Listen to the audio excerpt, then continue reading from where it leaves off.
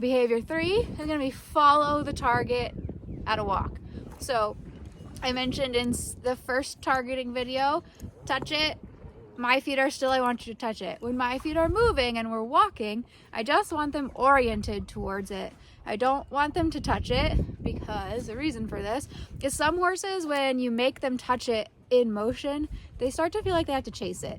And it gets a little frustrating and they're like, how do I get it?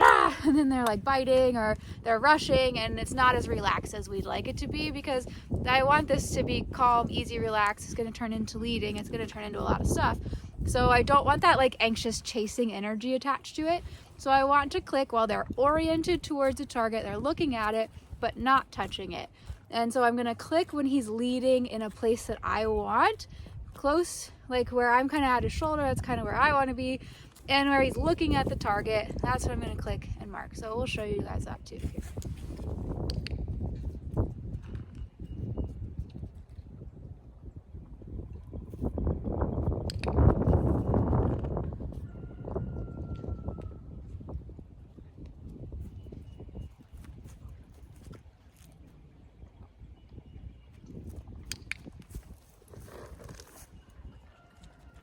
So if they get a little lost like that, just hold a beat and see if you can get them reoriented back and click.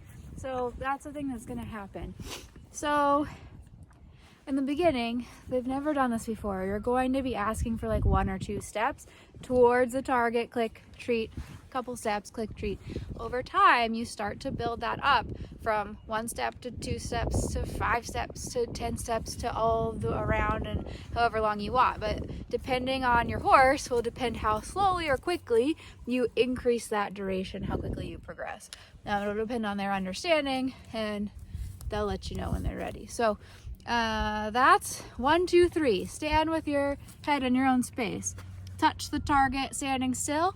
Follow the target at a walk. Those 3 things set up a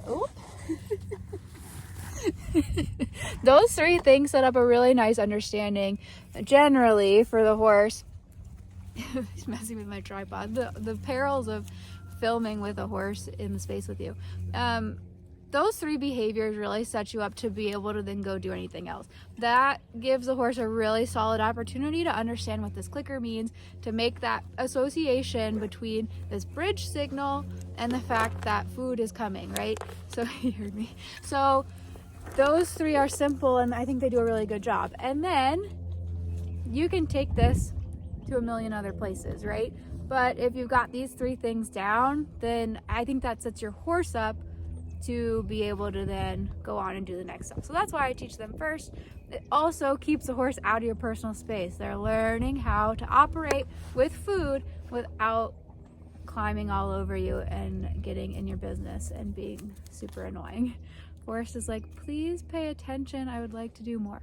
Okay, so that's that. That's your starting point. I hope that's helpful for you guys. Thanks for tuning in.